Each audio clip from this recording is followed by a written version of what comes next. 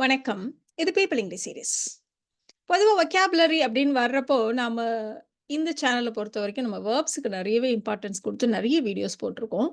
Verb சீரிஸ்ன்னு ஒரு பிளேலிஸ்ட்டே இருக்கு. நீங்க செக் பண்ணலாம். ஸோ அந்த வரிசையில இன்னைக்கு நாம வாட்டர் ரிலேட்டட் வேர்ப்ஸ் பார்க்க போறோம்.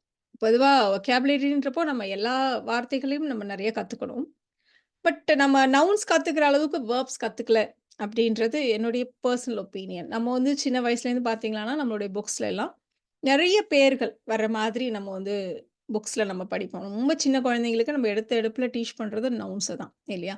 என்னெல்லாம் ப்ரொஃபஷன் இருக்கு, வெஜிடபிள்ஸோட பேரு, ஃப்ரூட்ஸோட பேரு, பேர்ட்ஸோட பேரு இப்படி நம்ம நெறைய சொல்லி தரோம். பட் நம்ம வந்து ஆக்ஷன் வேர்ட்ஸ் வந்து நெறைய சொல்லி தரலையோ அப்படின்றது என்னுடைய பெர்சனல் ஒப்பீனியன். ஸோ அதனால நெறைய வேர்ப்ஸ் ரிலேட்டட் வீடியோஸ் நம்ம போட்டுட்டே இருக்கோம். இன்னைக்கு நாம வாட்டர் ரிலேட்டட் வேர்ப்ஸ் பார்க்க போறோம்.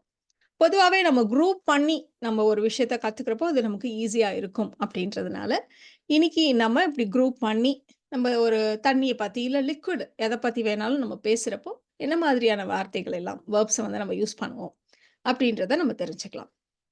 ஃபர்ஸ்ட் நம்ம பார்க்க போற வார்த்தை ஃப்ளோ. அதோடைய பாஸ்ட் டென்ஸ் ஃப்ளோட். அதோடைய 3 ஃபார்ம் பாஸ்ட் பார்ட்டிசிபிளும் ஃப்ளோடு தான். பொதுவா தண்ணீன்னா உடனே நமக்கு ஞாபகம் வர்றது ஆறுகள் இல்லையா? ஸோ ஆறு அப்படின்றப்போ இந்த நதி, இந்த ஆறு இந்த ஊர் வழியா பாய்கிறது அப்படியும் நம்ம சொல்லுவோம். இந்த ஊர் வழியா ஓடுது அப்படியும் நம்ம சொல்லுவோம். ஸோ பாய்கிறது அப்படின்னு சொல்றதுக்கு நம்ம ஃப்ளோன்ற வார்த்தைய யூஸ் பண்ண போறோம். இந்த நதி கர்நாடகா மற்றும் தமிழ்நாடு வழியாக பாய்கிறது அப்படின்னு சொல்றதுக்கு, the river flows through Karnataka and Tamil Nadu. The river flows through Karnataka and Tamil Nadu. சொன்ன மாரி நம்ம ஓடுறது அப்படி சொல்றதா இருந்தா, ரன்ன்ற வார்த்தையும் நம்ம காமனா யூஸ் பண்ற மாரி யூஸ் பண்ணலாம். இந்த பள்ளத்தாக்கு வழியாக பல சிறிய ஆறுகள் ஓடுகின்றன. இப்படி நம்ம சொல்லணுமானா, several small rivers run through the valley. Several small rivers run through the valley. அடுத்ததா நம்ம பார்க்க போற வார்த்தை ட்ரிப். இதோடைய பாஸ்ட் டென்ஸ் ட்ரிப்ட். இதோடைய 3 ஃபார்ம். பாஸ்ட் பார்ட்டிசிபிளும் ட்ரிப்டு தான். சொட்டு சொட்டா தண்ணி ஊத்துறது. Water is tripping. தண்ணி சொட்டு சொட்டா ஊத்துது. அப்படி சொல்றதுக்கு. எங்கேயோ தண்ணி சொட்டுறது எனக்கு கேக்குது. அப்படி நம்ம சொல்லப் போறோம். I hear water dripping somewhere. I hear water dripping somewhere.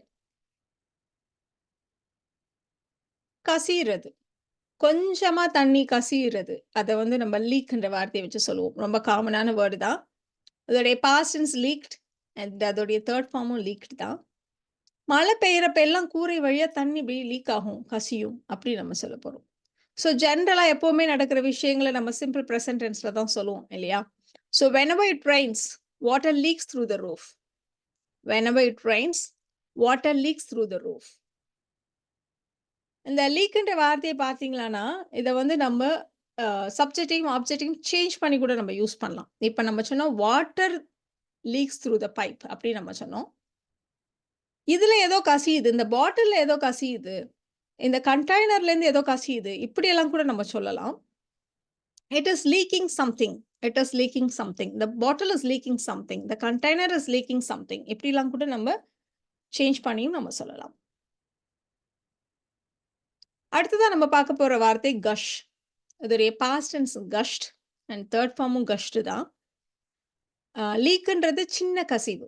இது வந்து தண்ணி வேகமா, ஃபோர்ஸ்ஃபுல்லா பீறிட்டு வெளில வர்றது. குழாய் வெடிச்ச உடனேயும் தண்ணி வேகமா வெளியேறியது. ஃபோர்ஸ்ஃபுல்லா வெளில வந்துச்சு. When the pipe burst, water gushed out. When the pipe burst, water gushed out.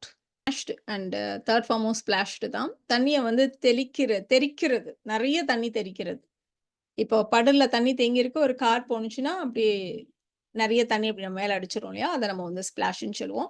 தண்ணிக்குள்ள குதிச்சா எப்படி தண்ணி தெறிக்கும். ஸோ இதையெல்லாம் நம்ம ஸ்பிளாஷ்ன்னு சொல்லுவோம்.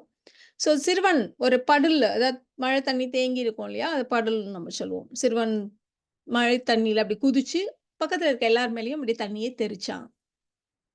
The boy jumped into the puddle and splashed water on everyone standing nearby. The boy jumped into the puddle and splashed water on everyone standing nearby. ஸ்பிளாஷ்ன்னு சொன்னோம் இல்லையா? இதே மாதிரியான இன்னொரு வார்த்தை டேபிள். அதோடைய பாஸ்ட் டென்ஸ் டேபிள்ட் அண்ட் 3 ஃபார்மும் டேபிள்டு தான். இது இன்டென்ஷனலா, ஃபன்னா, ஜாலியா பொதுவாவே நமக்கு தண்ணீல விளையாட யாருக்கா இருந்தாலும் பிடிக்கும். பக்கத்துல ஒரு தொட்டியில தண்ணி இருந்ததுன்னா, நம்ம ஆட்டோமேட்டிக்கா நம்ம கை அதுல போய் நம்ம சும்மா பேசிட்டு இருந்தா கூட நம்ம கையால அத அடிச்சு தண்ணி தெரிச்சாலும் கவலைப்படாம விளையாண்டுட்டே இருப்போம். நம்ம அதே மாரி ஒரு குளக்கரையில உட்கார்ந்திருந்தோம்னா, கால தண்ணீல வச்சு அடிச்சுட்டே இருப்போம் இல்லையா? ஸோ இந்த மாதிரி இன்டென்ஷனலா, ஃபன்னா தண்ணிய கையால, காலால இப்டி அடிச்சு மேல தண்ணிய தெளிச்சு விளையாடுறது தான் நம்ம வந்து டேபிள் அப்படின்னு நம்ம சொல்லுவோம். ஸோ ஈரமாக்கிக்கிறது. குழந்தைங்க தண்ணிய தெளிச்சு, தெளிச்சு விளையாட விரும்புகிறார்கள். Children like to dabble in water. Children like to dabble in water. அடுத்த வார்த்தை டவுஸ். இதோடைய பாஸ்ட் டென்ஸ் டவுஸ்ட். தேர்ட் ஃபார்மும் டவுஸ்ட் தான். தண்ணிய ஊத்தி நெருப்ப அணைக்கிறது. அவர் தண்ணீரை கொண்டு நெருப்பை அணைத்தார். He doused the fire with water. He doused the fire with water. Drench. தொப்பல் தொப்பலா நனைஞ்சு போயிடுறது. Drench உடைய பாஸ்ட் டென்ஸ் drenched. தேர்ட் ஃபார்மும் drenched தான். நாங்க மழையில மாட்டி நனைஞ்சிட்டோம். தொப்பல் தொப்பலா நனைஞ்சிட்டோம். We got drenched in the rain. We got drenched in the rain. Slash. Slash வந்து பார்த்தீங்களான்னா, நம்ம தண்ணிய எடுத்துட்டு போறப்போ, அது அப்படியே ததும்பி கீழ ஊத்துறது, தழும்புறது. அததான் நம்ம ஸ்லாஷ்ன்னு சொல்லுவோம். ஸ்லாஷ் உடைய பாஸ்ட் டென்ஸ் ஸ்லாஷ்ட். தேர்ட் ஃபார்மும் ஸ்லாஷ்டு தான். நான் தண்ணி எடுத்துட்டு போனப்போ, தண்ணீர் தரையில் தழும்பி ஊத்தியது அப்படி சொல்றோம் நம்ம. When I carried the pot, water slashed out onto the floor. When I carried the pot, water slashed out onto the floor. இந்த ஸ்லாஷ் வச்சு இப்போ நம்ம வந்து தூக்கிட்டு போறப்போன்னு இல்ல. இப்போ ஒரு ஜூஸ் ஒரு கிளாஸ்ல நெறைய இருக்குன்னா, அது வேகமா கலக்குறப்ப கூட அப்படியே தழும்பி கீழ ஊத்திடும். Juice slashed out of my glass when I stirred it. Juice slashed out of my glass when I stirred it. Sprinkle அப்படி தூணாப்புல போடுறது. பொதுவா நம்ம சால்ட் மாதிரியான விஷயங்களுக்கும் இத சொல்லுவோம். ஸோ தண்ணிய வந்து இலையில கொஞ்சம் தெளிச்சுக்கோ. துடைக்கிறதுக்கு, கழுவுறதுக்காக, சாப்பிடுறதுக்கு முன்னாடி இலை மேல தண்ணி தெளிப்போம் இல்லையா? Sprinkle some water on the banana leaf. Sprinkle some water on the banana leaf. Crash. இதோடைய பாஸ்ட் டென்ஸ் crashed. தேர்ட் ஃபார்மும் crashed தான். வேகமா வந்து மோதுறது. இது ஜெனரல் நம்ம யூஸ் பண்றது. ஸோ பெரிய அலைகள் வந்து மோதுறத நம்ம கிராஷ்ன்ற வார்த்தைய வச்சு சொல்லுவோம். ஒரு பெரிய அலை பாறை மீது மோதியது. A huge wave crashed on the rock. A huge wave crashed on the rock. Huge வேவ்ன்னு சொன்னோம் இல்லையா? ஸோ இதையே சின்ன சின்ன அலைகள் இருக்கும். இப்போ வந்து குளத்துல, காத்துல வந்து இப்படி சின்ன சின்ன அலைகள் உருவாகும் இல்லையா? ஸோ அத வந்து நம்ம இப்ப சொல்றது வந்து நவுன், ரிப்பிள்ஸ் அப்படின்னு நம்ம சொல்லுவோம். இந்த சிற்று அலைகள வந்து ரிப்பிள்ஸ்ன்னு சொல்லுவோம். இப்ப நீங்க குளத்துல ஒரு கல்ல எறியறீங்க. அப்போ ஒரு சின்ன சின்ன அலைகள் போகும் இல்லையா? If you throw a stone into the pond, it will make ripples. If you throw a stone into a pond, it will make ripples. இப்ப இந்த ரிப்பிள கூட நம்ம வந்து வெர்பா வச்சு சொல்லலாம். இது வந்து தண்ணிக்கு இல்ல. பொதுவா பார்வையாளர்களுடைய சிரிப்பு அலை பரவியது. அப்படி நம்ம சொல்றோம் பார்த்தீங்களா? அப்படி அலை அலையா பரவுறத சொல்ற மாதிரி நம்ம வந்து சிரிப்பு அப்படி எல்லார்ட்டயும் பரவியது அப்படி சொல்றதுக்கு laughter rippled over the audience. Laughter rippled over the audience. அப்படி ரிப்பிள வெர்பாவும் வச்சு நம்ம சொல்லலாம். இப்ப அடுத்தது பார்த்தீங்களான்னா, பெரிய அலை வந்து பாறை மீது மோதியது அப்படி சொல்றதுக்கு நம்ம கிராஷ்ன்ற வார்த்தைய யூஸ் பண்ணோம் இல்லையா? இந்த மாதிரி ரிப்பிள்ஸ் சிற்று அலைகள் அப்படி பாறைகள் மீது அப்படி மெதுவா பட்டு பட்டு போயிட்டு இருக்கும். குளத்துல எல்லாம் பார்த்தீங்களான்னா, காத்துல அப்படி சின்ன அலைகள் இப்படி வந்து வந்து மோதும். ஸோ அது வந்து ஜென்டிலா மோதுறது. ஸோ அதுக்கு வந்து நம்ம லேப் அப்படின்ற வார்த்தைய யூஸ் பண்ணுவோம். இதோடைய பாஸ்ட் டென்ஸ் லேப்ட். தேர்ட் ஃபார்மும் லேப்ட் தான். Small ripples lapped gently against the rocks. Small ripples lapped gently against the rocks. Trickle. சின்னதா வடியிறது.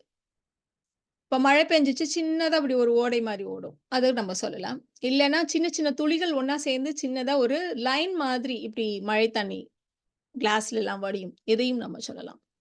ஸோ ஜன்னல் கண்ணாடியில மழைநீர் துளிகள் வடிகிறது. அப்படி நம்ம சொல்லப் போறோம். ஸோ ட்ரிக்கிள் டவுன் அப்படி நம்ம யூஸ் பண்ண போறோம்.